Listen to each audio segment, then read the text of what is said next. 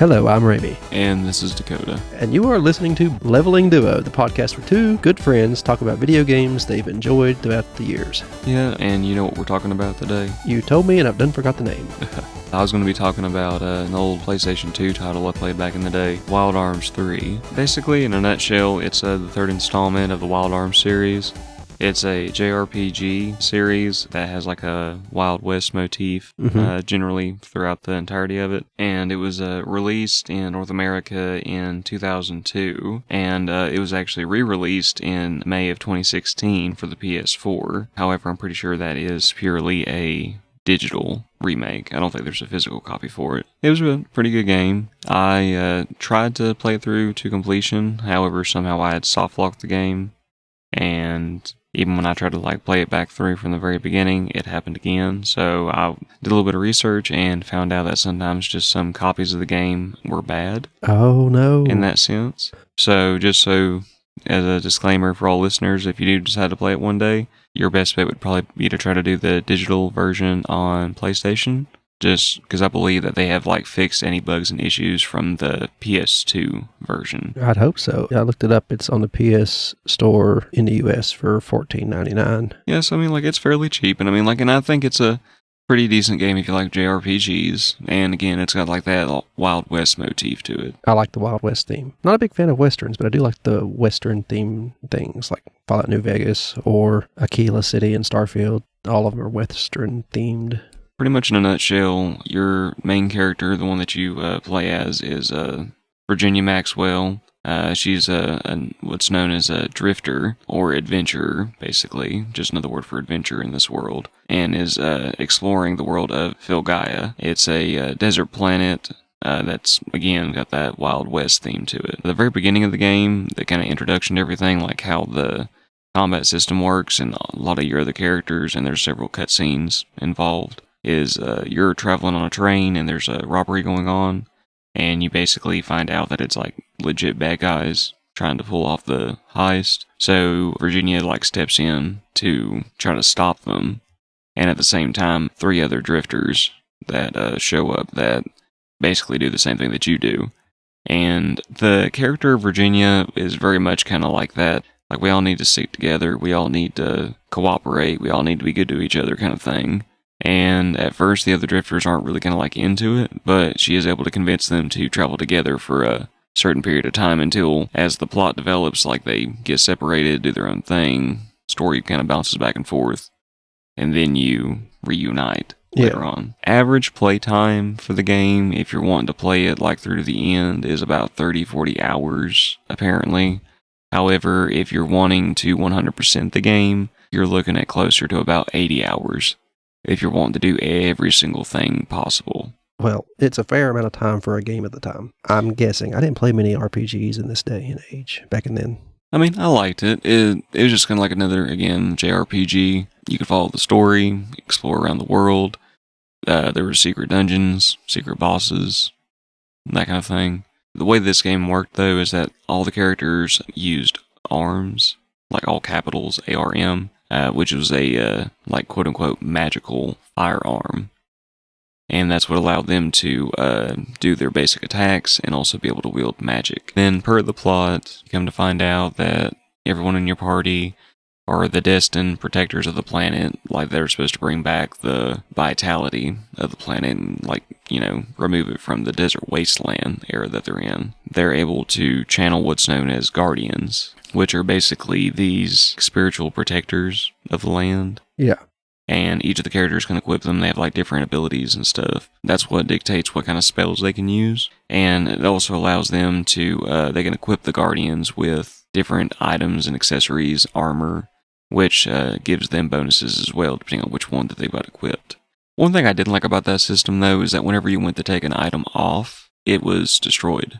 It was gone for good. So you had to be picky. Yeah, I'd be afraid to lose something in case I switched for something I didn't care for in the long run. Well, the way it kind of worked, though, was that as the game progressed, you got access to, better and better stuff you could equip with, abilities and stuff. Yeah. You'd start off with stuff that was, poison resistance. But then later on, you get stuff like counterattack, which was typically a little bit more useful in the long run. It sounds like a lot of anime you watch with, magic Mm. affiliations, depending on what's kind of linked to your attribute of choice or and that's what you're born with. Mm. But you could like switch around the different guardians to different people. So they weren't like stuck with like one thing. So like if you wanted one character that got a boost from if the guardian like when you equip them to somebody like equipped the increase their attack but also increase their special attack by a lot, like their magic attack, then it would make more sense to give that to a character that had like a higher special attack stat to kind of like boost their like overall output. When you said that, I thought that was just something they were stuck with the one particular. One odd thing that was kind of like different that I kind of like did enjoy with this particular JRPG was like the overworld. Like whenever you got on the world map, like you couldn't just like go straight like to the new location. You actually had to talk to NPCs and get information on like where it was located. And then once you did that, it would actually like appear on your map. And so that was like how like you had to actively like engage the NPCs in order to be able to like find the location of the next town or area to go to. That way you couldn't just like openly explore. Yeah, they had you a little bit railroaded, but not to the point of being game-breaking or unpleasant. Like I thought it was like a nice little challenge. Plus, I mean, like it made you like engage with the townsfolk and stuff, like to Yeah. where like you got a little bit more like involved in depth with the game. Was there a way to know which ones you're supposed to talk to, or do you have to talk to all of them? Or Well, I mean, like there would be like key figures in the town that you could talk to that was more likely than the others. okay, But there wasn't like a huge surplus of NPCs in the towns to talk to. Like usually like every town like had 2 or 3 little areas to them. Maybe 5 or 6 NPCs to each one. So even if you did have to talk to every single one, it was not usually too tedious to have to do so. I've played some RPGs. I'm sure we all have if we listen to this podcast, where I don't mind not knowing where I'm supposed to go sometimes. But if you give me a whole town of people and says talk to this person, and there's no way to know who this person is or anything like that, and I have to wander around for like 30 minutes talking to everybody in town or every NPC, it's just got some random dialogue. It's just going to say something when I walk up to them. I get upset when I have to do something like that. Well, like from what I remember, man, like playing the game through, some parts could be not necessarily the most engaging. Yeah. But for the most part, like if you play the game the way it's like intended in the directions that it points you to go, like progress can be made fairly easily. The only like thing having to be is like potentially having to like grind a little bit to level your characters up. That's part of a JRPG, in my opinion, grinding. It's just... Which, speaking of like JRPGs, you do have like your traditional like rival groups and stuff. Your main bad guys call themselves the Prophets. They're also the demons of Filgaian legend that apparently caused the quote-unquote apocalypse, if you want to call it that turned everything into a desert. And then you've also got a character named Janus, who later on in the story you find is actually been working for the Prophets. Damn it, Janet. His full name is Janus Cascade. Oh my goodness, I thought you said Janet. No. I was thinking of Rocky Horror Picture Show. No. But he's like a pretty ruthless character, but he's supposed to be kind of like the joke character. Yeah. Kind of like the joke rival that kind of like pops in, pops out kind of thing. He is eventually kind of like manipulated by the Prophets, and come to find out that he was supposed to be like sacrificed in the end, and kind of like tries to do like a like revolt rebellion. That's a good enough reason for me to rebel. And from what I remember, it didn't go over too well. Oh, so he got sacrificed in the end. And then your other group is the Schrodinger family. You got Maya Schrodinger, brother Alfred, a bodyguard named Todd, and a cat named Shady. I would not want to be a cat in the Schrodinger family. But now, Maya was actually like one of my favorite video game characters back in the day, like during school and stuff, because her ability was that she was able to basically take information from like books and comics that she read and was able to like utilize those techniques in real life. But she does kind of like have like a small Easter egg in her personality. She has a Calamity Jane persona that she adopts in one of her fights. And that's a throwback to the first character in the Wild Arms series. Really? Mm-hmm. Calamity Jane. I used to watch an old actual Western about Calamity Jane. Mm-hmm. And like every time like you fight her, like she's like read like a new book, and so like she's like switching it up. Like I think the first time you fight her, like she's purely like magic and like she's weak to physical attacks. But then the next time you fight her, like she's read like a book on martial arts. And now she's like a purely physical fighter that has like weak magic defense. She's like the Pokemon trainer. It's always getting something new or evolving their Pokemon into something you wouldn't expect. But in the Prophets, it's a trio. Leholt, Melody, and Malik. They want to actually, their overall thing is that they actually want to restore the planet as well. However, they don't care like what kind of like sacrifice needs to be made for it to happen. The end justifies the means. Well, they like have like personal agendas too. Like Leholt, like he wants to like take over the world. You know, typical. Melody wants to basically like have eternal youth and beauty. Very vain.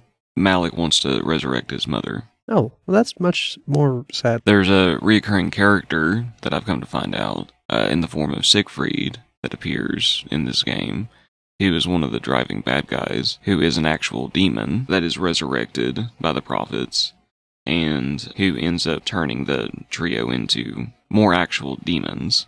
Every time I hear the name Siegfried, I think of Vegas performers.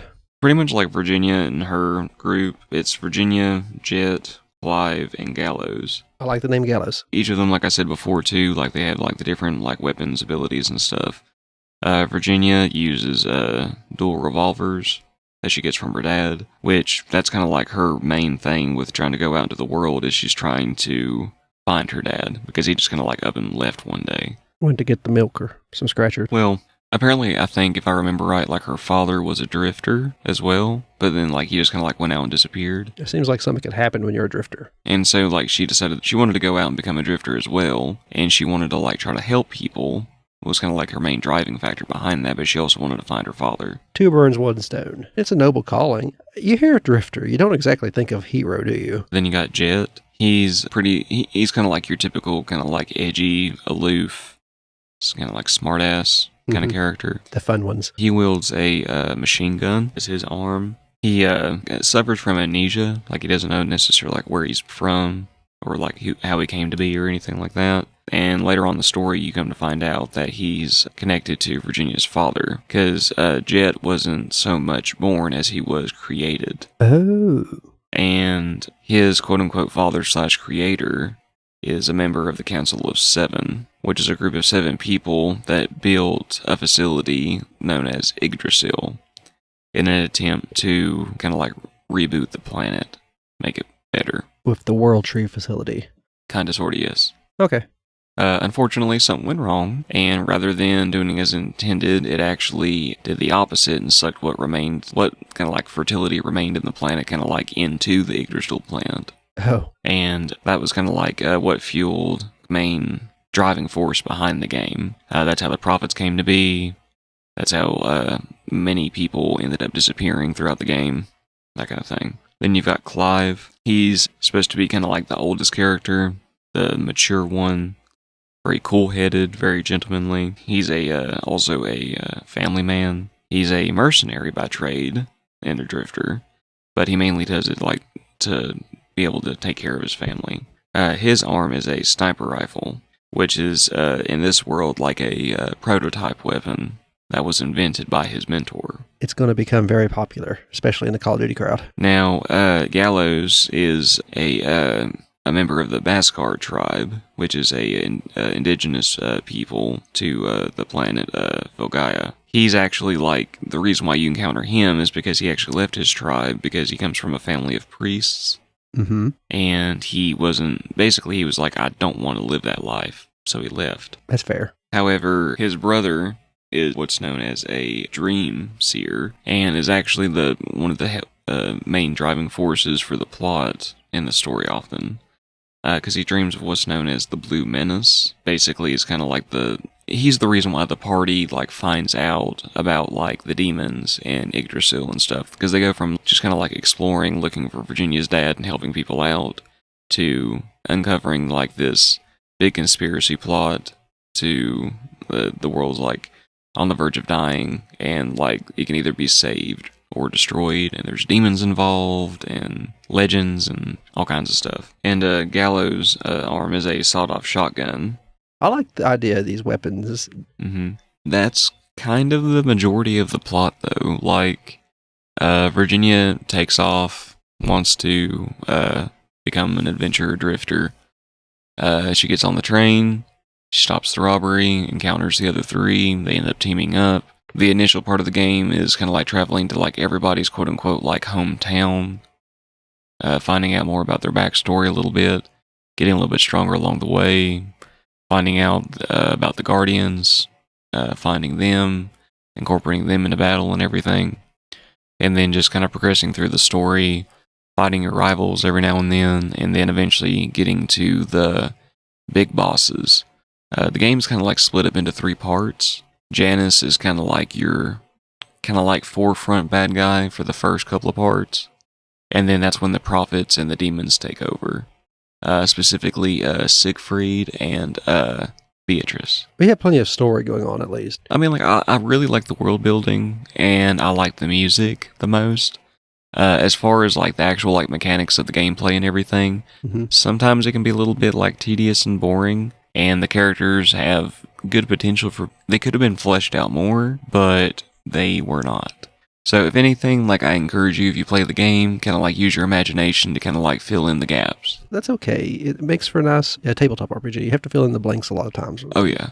Well, I'll put it this way, like some of the characters like have a really good like base to their personality and like character overall, but they could have added more in places to just give them more depth. Not be quite so one-dimensional in certain aspects. Yeah, as it is, they come across as a little bit stereotypical, whatever their theme is. Yeah.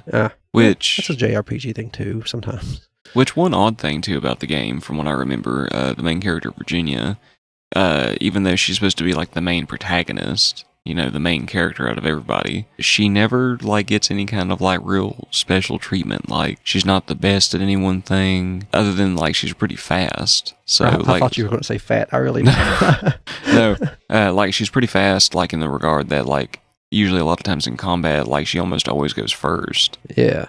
But other than that, she never gets any kind of, like, super special abilities. She doesn't get any kind of, like, weird power-up form. That's kind of standard to a lot of JRPGs. She just kind of exists. She's just really nice. Okay. She's like, I want to help everybody. I want to find my dad. To me, I think it's like a nice, like, little casual game to play. Again, like I said before, if you want to play it through to completion to beat the game, you're looking at anywhere at least 30 to 40 hours, depending on, like, a little bit of luck and just your dedication to playing the game. But if you're wanting to 100% it, because I know that there's completionists out there like that, if you are any of the listeners, like I said earlier in the cast, we're looking at probably closer to 80 hours.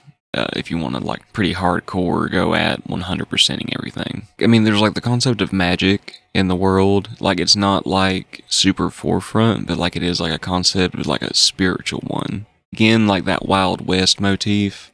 So, think Industrial Revolution. Like, trains are very modern. In a sense, like, you can almost think of it as, like, post-apocalyptic. Because there was an ancient civilization that was fairly advanced. But because of the Yggdrasil incident, it basically dried up the planet and caused the majority of the rest of the civilization to crumble. You know, this has a very Vash feeling.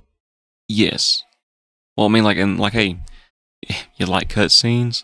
They've got some pretty fleshed out, fully animated cutscenes for the game. Like, I think that was part of one of the reasons why, like, I enjoyed the game so much. Like, straight up, if you enjoy Vash the Stampede, whether it's the old one, especially the old one, but even the new one, you'll probably enjoy this game. I seen the artwork on this, and it what little bit you showed me, and it seemed very Vashy. Mm-hmm.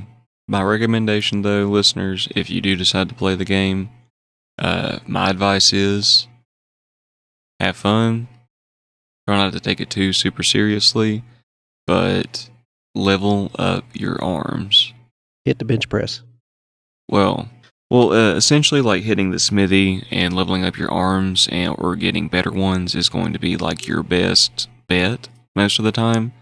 There's all kinds of different attributes to each of the arms that you can upgrade per arm. So, depending on what you want to go with. But you will be investing essentially almost all of your gold into that. So, just be mindful starting out. Like, save your money. So that way you can spend it on upgrading your stuff. That's what I mostly spend my money on in games now anyway. Well, I mean, like, it might seem a little bit like more common sense nowadays with, like, more modern, like, RPGs and everything. But specifically with this game, like, Like, yeah, like, depending on your play style, you know, like, do as you wish, but just my personal recommendation is save your money up and wait till you get, you know, like, good, you know, like, something past the base weapons and upgrade those and upgrade them fairly high.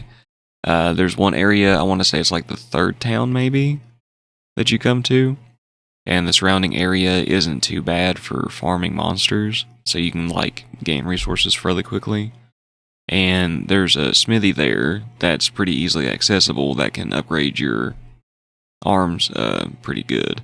And if I want to say, I could be wrong, but the very first time I ever played the game, I'm pretty sure I kind of like glitched that smith and was somehow able to like max out every attribute of the arms that I had at the time.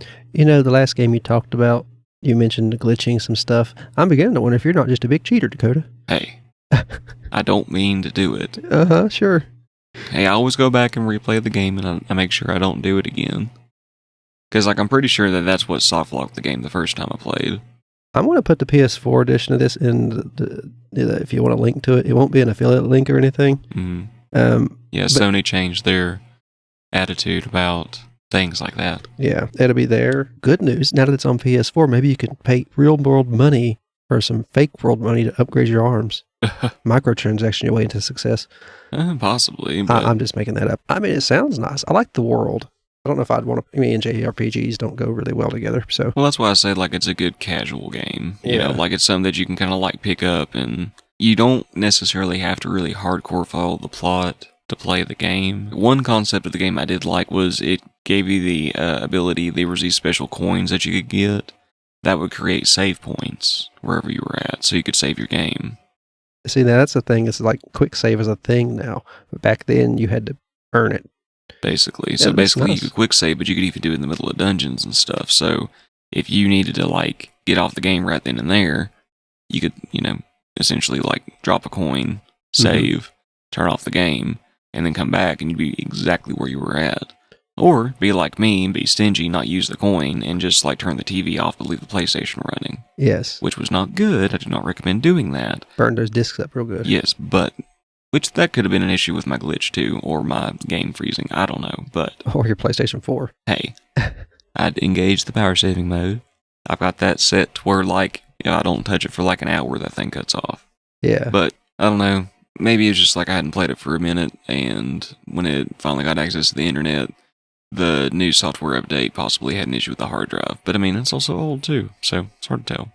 Yeah, if it wasn't so weird with the weapon thing, Mhm. I would say it'd make a nice like tabletop RPG setting.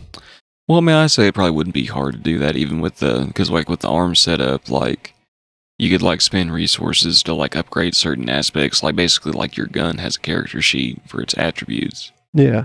and then you could just like spend points to upgrade those attributes. Okay. I mean, you could do it, yeah. And there's like so many RPGs out there, it wouldn't be that hard to do. I've thought about some of the games I talk about adding like this tabletop RPG could you be used to play in this game if you want, adding that in there. Well, I've actually thought about like either like trying to do research to see if there might already be kind of like a Wild West, you know, that's got a Wild West RPG that has mechanics set up already kind of like in that sense for guns. Yeah. But if not, I actually thought about like maybe trying to like come up with the mechanics for like different firearms in that sense, like different attributes that they could have that you could upgrade, and how that incorporated to how you would roll for like attack and damage with them. I've got no less than 4 Western or magical Western themed tabletop role playing games. Like I just want to specifically look at like the mechanics that govern like the guns and like their attributes. Like, Yeah. like I know sometimes with like some systems it's just very simple just to be like, okay, it's like this to hit. And it, like if you do hit, then it does this, and it might have this extra effect to kind of like just make it simplified. I'm more along the lines of like, if you want to like take it and you want to upgrade like specifically like the magazine size or like the reload speed or something like that, you know, to where like if you upgrade like maybe say to like a level 3 reload speed, like that makes it to where like instead of taking an action to reload, you can do it as a bonus action. I might try to sit down and write that out one day and maybe give it to you, and maybe that's something that you could like talk about in your Brother Knows Quest, maybe compared like in one of your, more firearm-oriented tabletops. Yes, I would happily do that. I like to bring new things into our stuff. I'm talking about Monster of the Week in this coming week because it's cryptid month for us. Hell yeah. Yeah. So, yeah, anything, I can add on to something next month or whatever. That pretty much does it for me, man. Like I said, I'll add the link to this on the PS4 version into our descriptions. Should I add the PS2? I really don't know if I should, just to be perfectly honest. You can add it if you want to. I'll just say disclaimer with the PS2 titles, especially with it being an older game, unless you get one in really good condition, it might be just hard to play anyway. You might be better off just trying to do it with the PS4 edition. However, if anything, if you're a collector, it shouldn't be that expensive. If there's an Amazon link for the PS2 edition, it is an affiliate link. So we'll get a little kickback from that if you use that link to buy anything in the store. But the PlayStation Network one isn't. But it's there for you if you want it. We have a podcast network called Gruesome Gaming Group. We have 3 podcasts on that, including this one. Another one I do with my sister called Horrific History and Hauntings. Everything about it is in the name. She tells me about something in history or haunting. A lot of times there's a lot of crossover, disasters, stuff like that. Some of the stuff could be funny. Some of it's kind of serious. Another one that I do with my sister is Brother Knows Quest. It's a podcast where I bring a random tabletop role-playing game off my shelf and tell her about it in the setting and see what she thinks of it in the end and maybe if she'd ever want to play it. We might end up doing some actual plays of Dakota, seeing he's the one that got me into tabletop games in the first place. I had no idea what I'd started. I have shelves of them. If you would like to watch us on YouTube, you will find the link in the description. And if you would like to listen to us instead of watch us, the link to our website is there as well. If you'd like to make a donation, the link to the website will take you to all 3 podcasts, and you can click on one of those podcasts and have a donation option. We would really appreciate it. Or just find some episode you like the content of, and there'll usually be an affiliate link down in there too. If you want to buy something you like, it'll help us out. Oh, yeah. Also, too, guys, like I say about every episode, we'd love to hear back from y'all. If you have any feedback, comments, questions, concerns, anything that you'd like to hear, maybe something specific that you'd like us to try to cover or anything like that, just let us know. We'd love to hear from you. Yep. We have a TikTok called Gruesome Gaming G, and we have a Twitter account. The link will be in the description for that one. Leave a review. If you're watching on YouTube or listening on a podcast app that lets you do it, leave a review. Let us know what you think. If it's something not good, that's fine. We'll try to fix it, and we'll go from there. The only other thing I will say is if you do play Wild Arms 3 and you enjoy it, I do recommend looking at the other titles in the series. 1 and 2 or 4? I don't know how many there are. There's several others. I'm not sure on exactly how many. I want to say there's at least 6 total. However, I'll put it this way. Probably someone that can give you a little bit more in-depth knowledge on that is a YouTube channel I recommend called The Completionist on YouTube, if you've ever heard of them. I've heard of him. He did a video on Wild Arms Code F, I believe it was called. And in that video, I do believe he does touch on some of the other titles in the series. Well, there you go. You got a reference, at least get an idea what the game's like if you watch that. If you like it, you know where to find it. But I guess that's going to be all for this week. We appreciate you listening or watching or both. You've been listening to Leveling Duo. I've been Ramie. And this has been Dakota. Logging off. Logging off.